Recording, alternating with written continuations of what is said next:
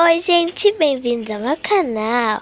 Hoje eu vou apresentar para vocês esses batons que são da Avon.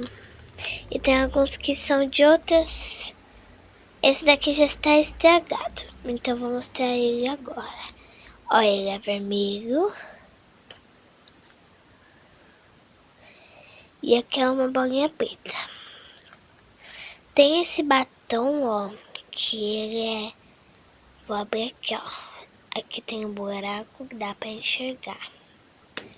Deixa eu abrir aqui. Olha que bonito esse batom. É vermelho. Bonito, né, gente? Então, vou continuar. Fecha agora. Agora pega a tampa e vamos tampar. Para não secar o batom. Tenho esse também. Que ele é vermelho, porque dá pra ver aqui.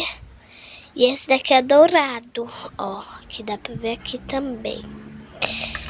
E, gente, esses batons não é só pra vender, é só pra ganhar dinheiro. E eu não tô vendendo, é da minha mãe. E eu também tenho essa caixinha aqui de coisas, que vem com um negócio.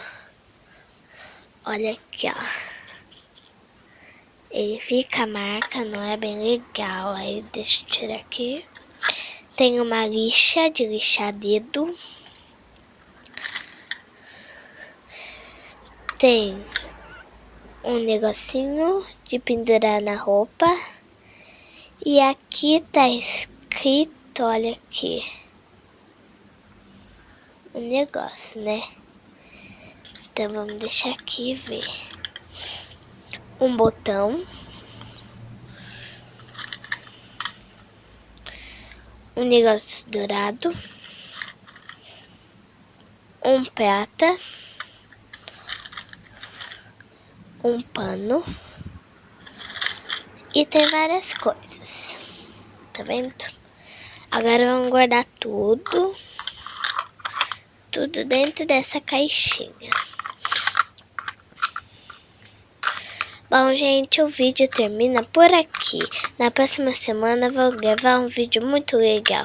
Tchau, tchau!